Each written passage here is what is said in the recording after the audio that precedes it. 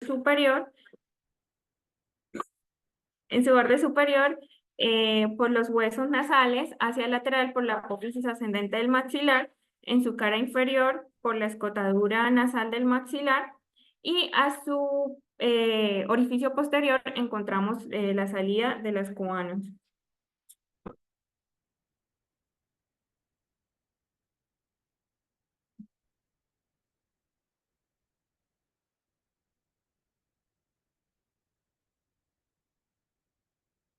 Bien, entonces en la pared medial tenemos el septum nasal, el cual tiene un...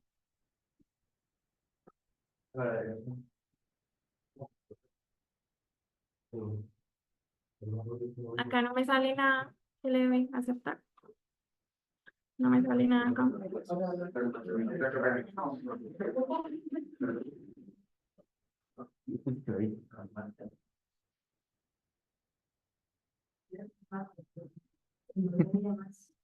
No.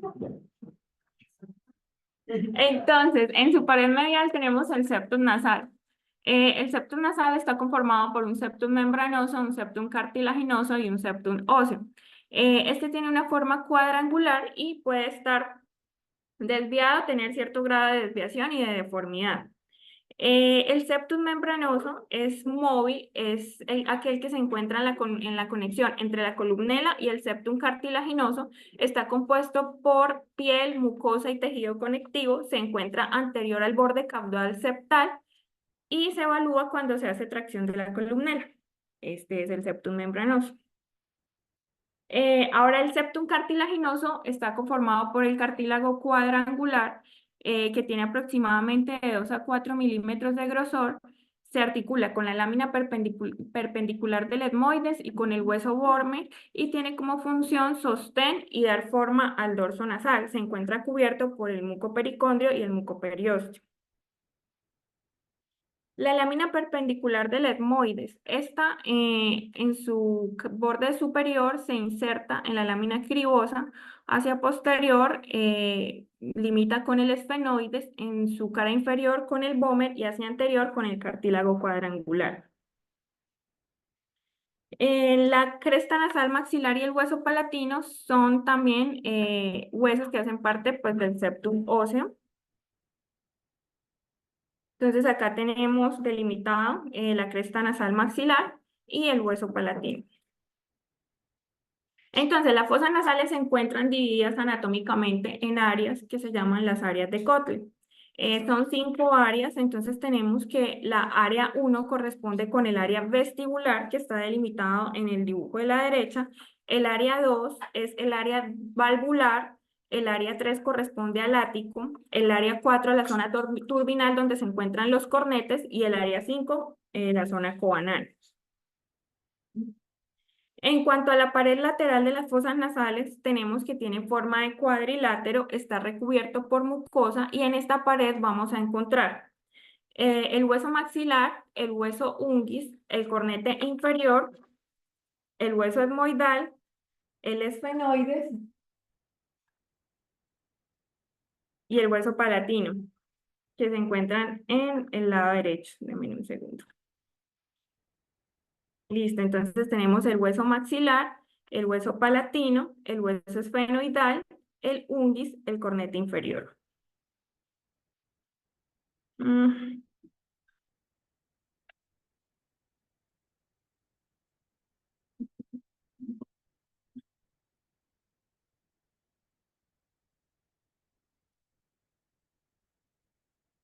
Ya, un segundito.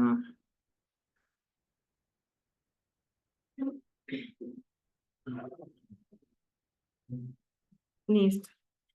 Entonces, el hueso maxilar tenemos que está conformado en su parte anterior, entonces por la apófisis frontal del hueso maxilar, que posee las crestas turbinales y hacia posterior limita con el unguis y con el conducto nasolacrimal. El hueso unguis o hueso lacrimal hace parte del conducto nasolacrimal, el cual va a desembocar en el meato inferior, se continúa hacia abajo y hacia atrás y drena a 2.5 centímetros de las narinas.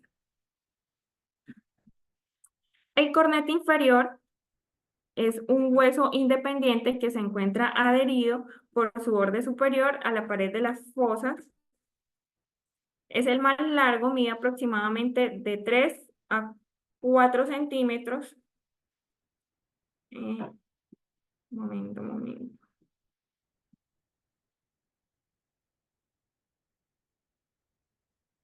Entonces acá tenemos una cara medial y una cara lateral. Y el cornete inferior entonces tiene un proceso lacrimal, un proceso etmoidal y un proceso maxilar. Adicionalmente, en la pared lateral de las fosas nasales encontramos el hueso etmoides que se divide en la lámina perpendicular, que es esta de acá, la lámina cribosa y la lámina papirácea. Y hacia el lateral encontramos las celdillas etmoidales anteriores, el cornete superior, el cornete medio, el cornete supremo y la apófisis unciforme.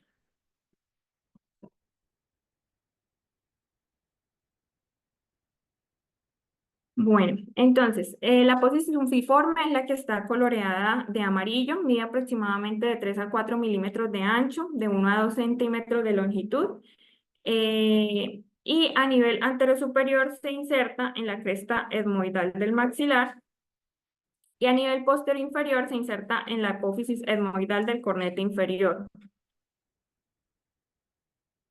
La apófisis unciforme en un cierto porcentaje poblacional se puede insertar en un 24% de la población en la lámina cribosa del etmoides, en un 8% se inserta en el cornete medio y en un 68% en la lámina papirácea del etmoides. Bueno, entonces el cornete medio tiene tres porciones: la cabeza, el cuerpo y la cola. La cola se corresponde con el agujero esfenopalatino. Acá tenemos una vista endoscópica en la que observamos el septum nasal, el cornete medio, la pared lateral. Y acá tenemos una vista tomográfica con las flechitas blancas, estamos señalando el cornete medio. El cornete superior limita con el meato superior y es una referencia anatómica para el seno esfenoidal, y en su límite lateral encontramos el receso esfenoetmoidal. Cuando pueden haber lesiones de este, podemos causar hiposmia en los pacientes. Y acá con las flechas blancas tenemos señalados los cornetes superiores. Los meatos, entonces ahí quedó mal. Bueno, está el meato inferior, el meato medio y el meato superior. Entonces, en el meato inferior, que es el que está acá señalado, es la zona donde va a drenar el conducto nasolacrimal. En el meato medio es el lugar donde van a drenar los senos frontal, el seno maxilar, el etmoidal anterior. Y en el meato superior es donde va a drenar el seno esfenoidal y las celdillas etmoidales posteriores. Y acá encontramos el meato superior, el meato medio y el meato inferior. Bueno, el hueso palatino, que es este que está acá delimitado de blanco, se articula con la maxila y también además hace parte de la pared interna de la fosa pterigomaxilar. Y acá encontramos el hueso esfenoidal. En cuanto al techo de la fosa nasal, entonces está delimitado por el hueso nasal, la espina nasal del hueso frontal, la lámina cribiforme y el receso esfenoetmoidal. Y en él encontramos la hendidura olfatoria. En cuanto al piso de las fosas nasales, entonces está compuesto por la apófisis palatina del maxilar y la apófisis horizontal del hueso palatino. Y está dividido mediante una sutura que es la sutura cruciforme. Entonces acá tenemos el cornete superior, el meato superior, el cornete medio, por acá estaría el meato medio, el cornete inferior y el meato inferior. Acá estaría la zona coanal, y más anterior quedaría el orificio piriforme, el techo de la cavidad nasal y el piso de la cavidad nasal. En cuanto a la irrigación de las fosas nasales, entonces tenemos que estar tanto por la carótida externa como por la carótida interna. La carótida externa me va a dar la arteria esfenopalatina y la palatina mayor, y estas van a dar unos ramos que se llaman las laterales posteriores y las septales posteriores. Y mediante la carótida interna, por medio de la arteria oftálmica, que nos va a dar la etmoidal anterior y la etmoidal posterior. Estas, a nivel de la fosa nasal, entonces van a haber dos plexos. Un plexo anterior y un plexo posterior. El anterior es el plexo de Kieselbach, que está compuesto por la etmoidal anterior, la etmoidal posterior, la esfenopalatina y la palatina mayor. Y hacia posterior encontramos el plexo de Woodruff, que está dado por la esfenopalatina y por la palatina mayor.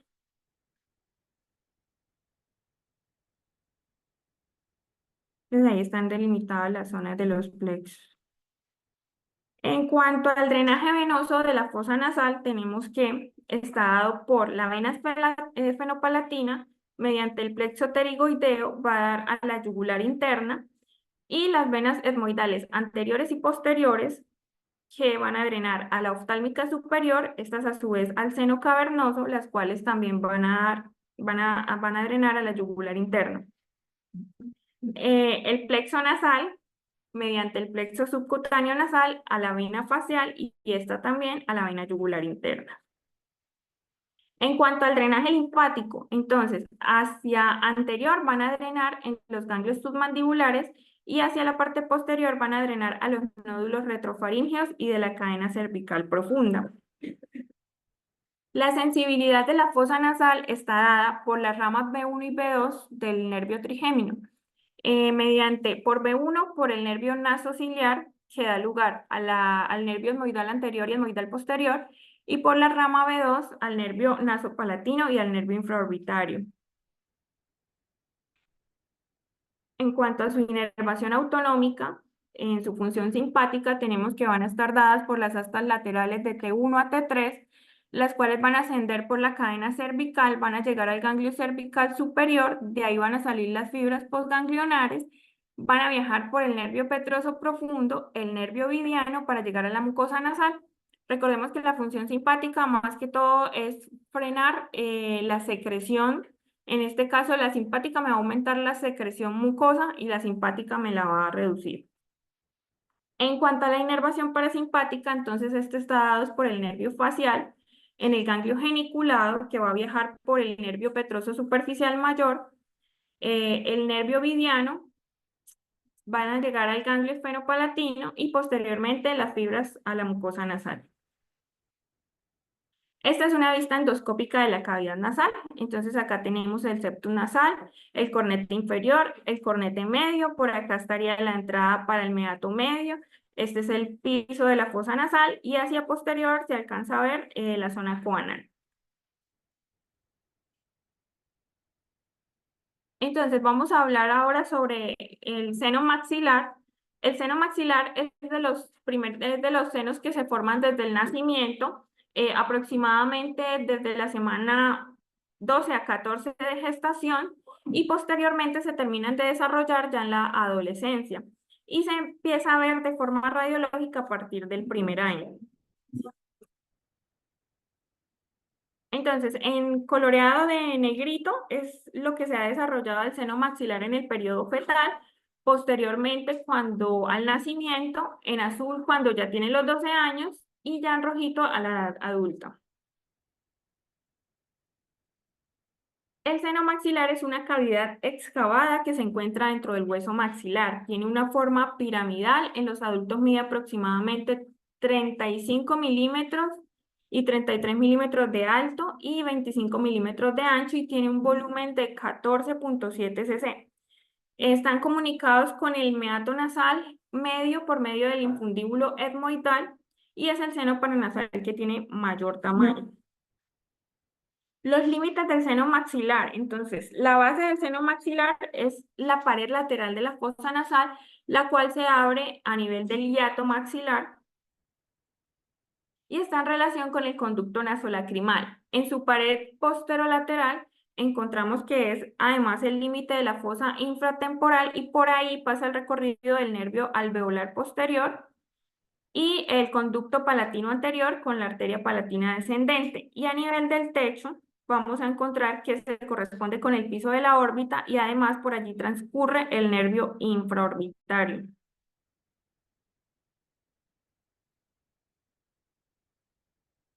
Entonces, en esta imagen tomográfica vamos a encontrar que el número 1 se corresponde con el seno maxilar, el número 2 es el ostium del maxilar y digamos que ese caminito que está ahí es el infundíbulo del maxilar. El número 3 es el hiato semilunar. Acá donde estoy señalando es el cornete medio, este de abajo sería el cornete inferior y este es el septum nasal. En cuanto a la vascularización del seno maxilar, entonces está dada por la maxilar interna mediante la arteria infraorbitaria, la arteria alveolar y la arteria palatina mayor. Y además recibe algunas ramas de la arteria esfenopalatina y de la arteria facial. El drenaje venoso y linfático del seno maxilar está dado por la vena maxilar interna y por la vena facial. Estos van a dar al plexo pterigoideo y posteriormente van a drenar a la vena yugular interna. Y en cuanto al drenaje linfático, va a estar dado por los ganglios submandibulares a nivel 1B del cuello. En cuanto a la inervación, entonces va a estar dada por la rama B2 del trigémino mediante el nervio alveolar superior, el nervio infraorbitario, el nervio palatino. Bueno, entonces, ahora vamos a hablar de las variantes del seno maxilar. Estas variantes son importantes porque pueden alterar el patrón del drenaje del seno maxilar, incluso nos pueden aumentar el riesgo quirúrgico. Algunas de las variantes que se encuentran dentro del seno maxilar incluyen la hipoplasia, los tabiques septales, los ostium accesorios y una inserción, variaciones en la inserción del proceso uncinado. Entonces, encontramos la hipoplasia del seno maxilar, entonces recordemos que habíamos mencionado que el seno maxilar se empezaba a formar a partir de la tercera semana de gestación y que su volumen iba a terminar de formarse en la pubertad.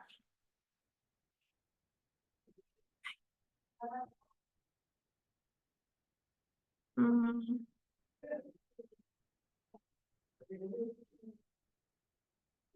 mm,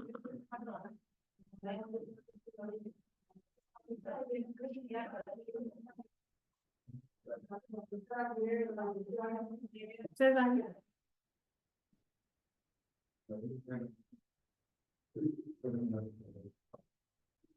para acá me sale normal.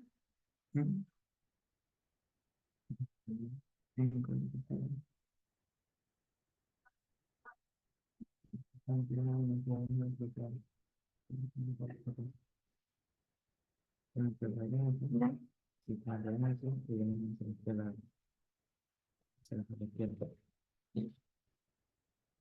Listo. Bueno, entonces estábamos mencionando que el seno maxilar se terminaba de formar hacia la pubertad y que la hipoplasia del seno maxilar puede existir en un 10% de la población y esto nos va a predisponer a otras patologías como puede ser el seno silencioso, también puede estar causado por lesiones postraumáticas o porque no se haya terminado de formar pues, adecuadamente la neumatización del seno maxilar. Otra variante anatómica es el ostium maxilar accesorio. Este se puede encontrar más o menos de un 12 a un 37% de la población y en un 6% puede estar de forma unilateral. Se ha asociado la presencia de este ostium maxilar accesorio con alteración en cuanto a la ventilación y en cuanto al flujo del moco del seno maxilar. Y además, en cuanto a su etiología, pues hay como teorías que mencionan causas de tipo congénitas o pueden ser de tipo adquirido en aquellos pacientes que han presentado sinusitis de forma crónica, quistes de retención mucoso, sinusitis maxilar. Y en algunos pacientes se pueden encontrar ocultos, como en aquellos que presentan poliposis o quistes mucosos. El septum del seno maxilar, este es un septum que se encuentra más o menos en un 16 a un 32% de la población, y hay que tener presente en aquellos pacientes que de pronto tienen antecedentes de procedimientos odontológicos eh, para rehabilitación oclusal, porque ahí es donde se pueden generar este tipo de septum que va a generar una inflamación crónica y este posteriormente nos pueda predisponer para el drenaje del seno maxilar.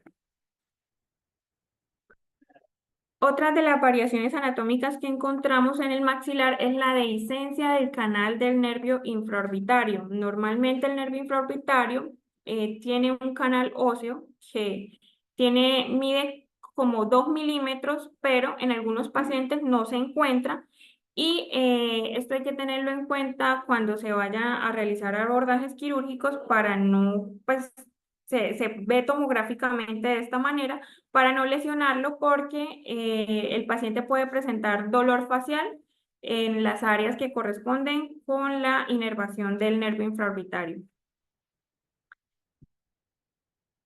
Entonces así es como se ve cuando hay dehiscencia del canal del nervio infraorbitario.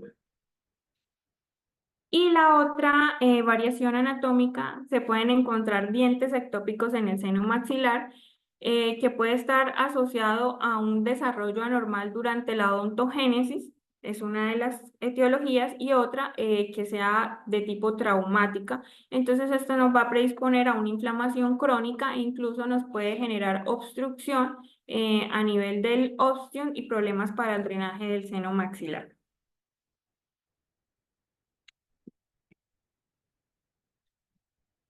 Doctora, aclaramos que es el seno silencioso. El seno silencioso es cuando el seno maxilar, digamos que no está cumpliendo adecuadamente su función, se genera una sinusitis, pero el paciente es totalmente asintomático. No hay como una función adecuada del seno maxilar, pero el paciente es asintomático. Pues el drenaje del moco, una ventilación adecuada, también hace parte pues de la fonación. El aclaramiento mucoso. Del aclaramiento mucoso. Y yo tengo una recomendación. Ujú. O sea, hay que ser más amigable la presentación, más profunda, y la idea es que una presentación tanto anatomía descriptiva como anatomía endoscópica, que es lo que nos tiene en esta revisión. Entonces, siempre enfocamos en la anatomía quirúrgica. ¿De acuerdo? Y así hacer correlación inmediata con puntos de referencia. Por ejemplo, tú mencionaste que la cola del cornete medio estaba detrás del orificio paropalatino. Y no vimos de más cómo es el orificio paropalatino, cuál es su distancia en su punto específico donde se encuentra, si lo lesiono en cirugía, cómo localizo parte de la cola del cornete medio, cuáles son las variantes anatómicas de ese orificio paropalatino. Okay. Exactamente dónde están ubicadas las anteriores modalidades anteriores como modalidades posteriores. ¿De acuerdo? Pero tú tienes modalidad anterior, modalidad posterior, el pleno posterior, que es rama proveniente de la esferopalatina, que es la palatina mayor, y tiene la subtal anterior, que es rama de la maxilar. Bueno, que es rama de la labial superior, que es rama de la maxilar.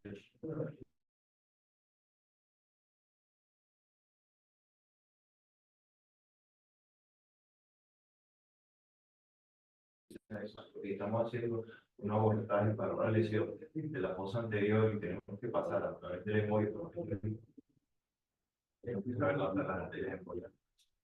Okay. No basta con mencionar.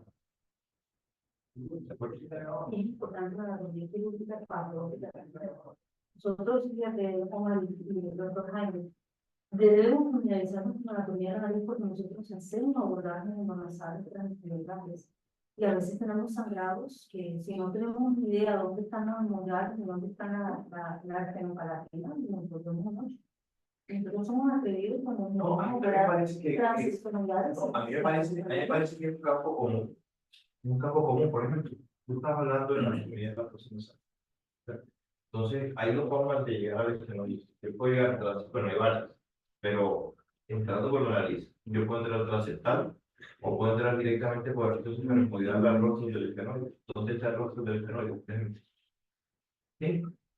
Son ese tipo de tips, que esa es la idea de esto para sacarle el mayor provecho. ¿De acuerdo? Porque Listo. cada seminario es requisito para el siguiente. Entonces no pueden quedar huecos, sobre todo en esto que es la base de lo que sí.